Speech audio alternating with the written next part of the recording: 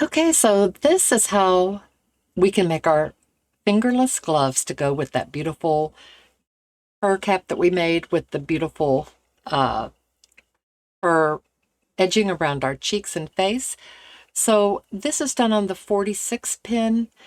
It's a pretty good size for an adult hand, but I wanted to also tell you that if you did this same pattern, but did two of them on the 22 pin, and then mattress stitched it, because it's 22 and 22 and 22 is 44, you're losing 2 rows, and then on the bottom you're losing 2 again. So if you have a smaller child's hand, you would remove 4 rows, and you can see the difference. Let me take my hand out in the width that it would make. And this is a creamy color because I ran out of this, but I would just want to show you that it's the same concept. So you would make this, just follow along, but instead of one tube on the 44 pin, you would make 2 tubes on the 22 pin and just mattress stitch one end together, and then you're back at what you have right here. So that's an option if you have a child or a thin hand and you don't want this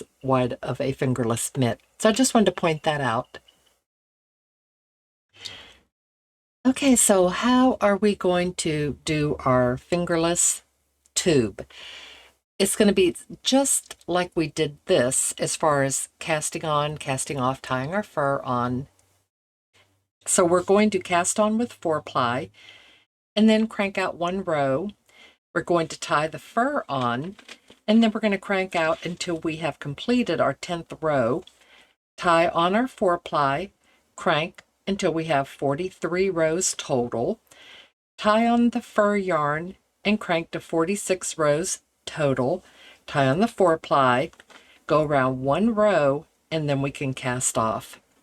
If we're doing it on the 22 pin, we're going to do it just the same way, except we're going to make 2 of them. Just pick an end and mattress stitch it together, and we come up with a tube that is 4 rows narrower than the one on the 44 pin, or I'm sorry, our 46 pin, that's just folded over. So you would mattress stitch, and then when you fold it over, you'll see how much thinner that tube is for a smaller hand. So let's just get this off, and that's how we get started. And we can talk about how we're going to put it together. Okay, my fingerless glove tube is off of the Addi now, and this is the one that I was casting off with. This is the one that I tied on my 4-ply to my fur yarn, and I'm just going to secure those together with a knot. Those will get just put inside. I'm going to come back here and make sure that I actually had to tie on another little chunk of 4-ply because I ran out. You won't have that problem, because if you're going to make a beanie and your gloves, you're going to do that before you make that great big pom-pom. Okay, so here's what we have. Our larger fur cuff, which is up here, is going to roll down exactly like we did it when we made the hat. So we'll get a nice big piece of yarn, nice long piece that can go all the way around easily. Let's stretch this out. Okay, so you know that the fur rolls to the inside. So we're going to let it just roll right back up. We'll take these yarn tails before we even get started and put them on the other side. So this is where we tied our 4-ply to our fur yarn, and because it goes to the inside of the tube, that's where we have our yarn ends, and we don't want them there, because for us, that's the right side. Oh gosh.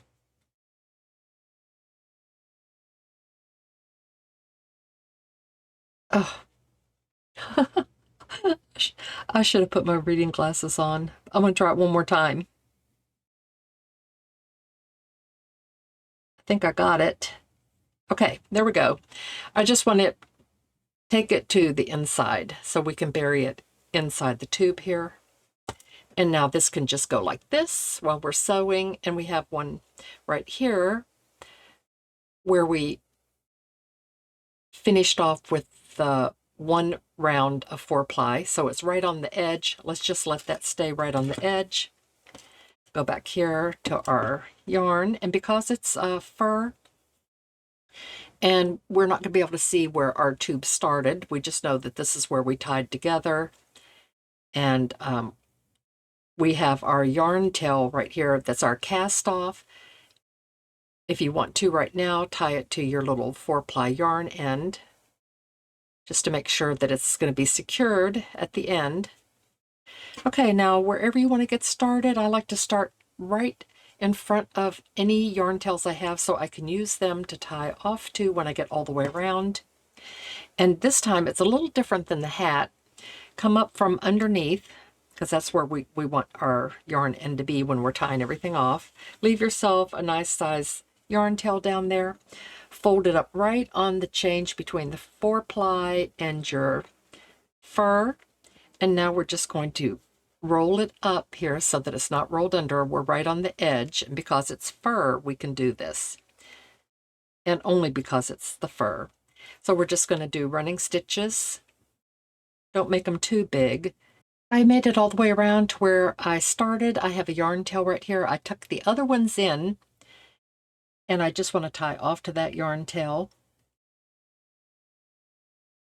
Coming up this way, it's coming out. And that'll give me a nice secure finish. Kind of nice secure knot. Then I can bury these ends.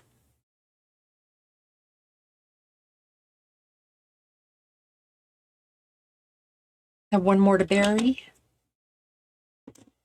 And then we'll be ready to move on to the next step.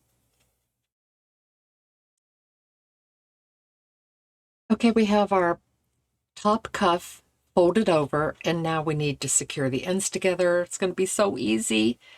Just go in on the end here, and if you're in your fur yarn mesh and you can't get your needle to go through, just back that needle out a little bit. Leave yourself a big enough yarn tail to tie off to when we bring it around. I'll show you that in a minute. So just tie a knot here and leave this nice long yarn tail here, and then bring the ends together here. And this is just to hold them together. I'm in my mesh, so I just back out, still in the mesh. You won't always get in the mesh, it's just every once in a while. Okay, and make sure that this yarn end stays out of your sewing. And another thing I like to do so that I get a nice clean edge is to turn where I started my tubes to the inside, where I'm going to have yarn tails sewn together and things like that. So I'm just whip stitching. Oh, on the other glove, I wasn't having any trouble with getting in that mesh, but now I'm making the video, so that's Murphy's Law. So just slip stitch it closed, and when you get to the other end, leave a nice long yarn tail like this, because we're going to bring it around and tie it together to hold it together while we stitch up and finish it off. So now we're going to sew this end together, and I just want to bury a couple yarn tails. This is the one where we switched from our 4-ply to our fur. So I'm going to just bury this going right along this way, going towards my fur here, just so it can disappear.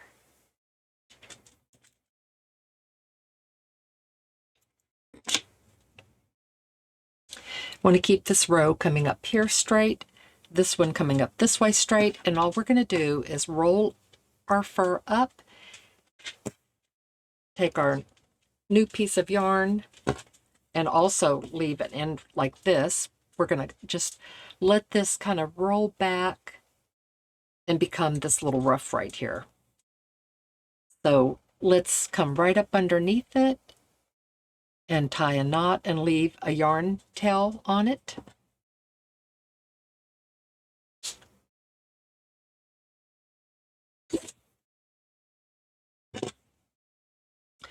rolling it up so that we're just making a little ruff right here.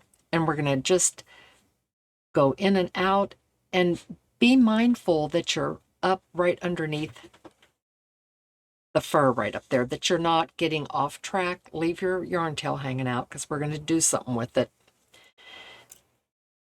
Roll it up. Get your little ruff right there, and you're sewing right up underneath it so that when it rolls open, it just gives you that little fur edge. Coming back up. And what I mean by staying up under it, don't be slanting down this way because you're just sewing along and not making, paying attention. Roll your fur up, bring your fur together, then come right up underneath it.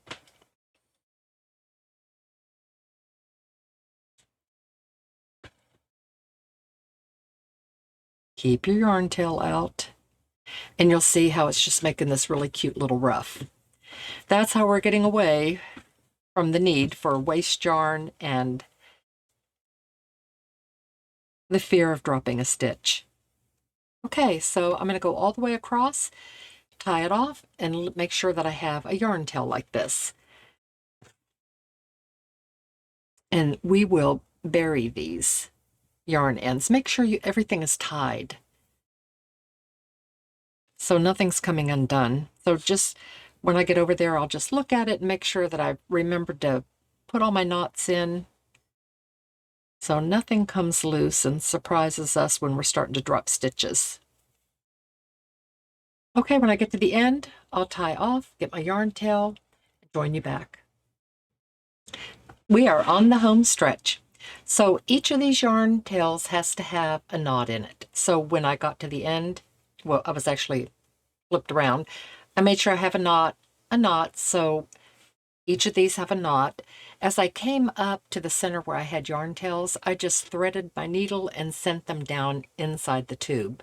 Just sent them all down in so I could just come straight across. Now this makes it easy because we're going to fold it over, and we have yarn tails now to tie it together. Tie a knot. Down here, bringing it together, and we have yarn tails to tie a knot.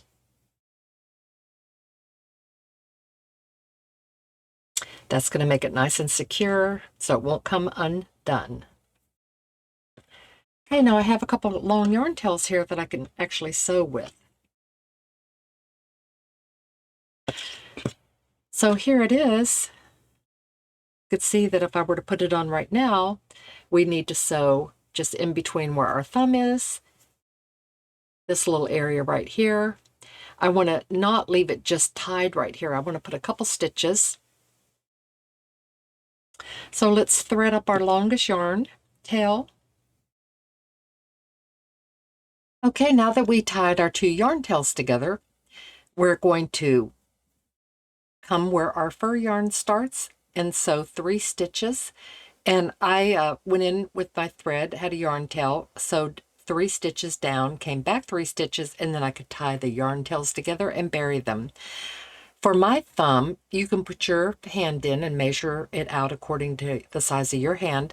I skipped 10 stitches, came in, and mattress stitched all the way to the top and buried my yarn tails. And there is my fingerless glove. I made 2 of them. Get the other one and slip it on. And here we go. To go with our beautiful cap. So I hope that you will like, subscribe, and make yourself some fingerless gloves to go with the very, very beautiful fur cap that we made at the beginning of the tutorial. Okay, I sure hope you're watching, liking, and subscribing. God bless you.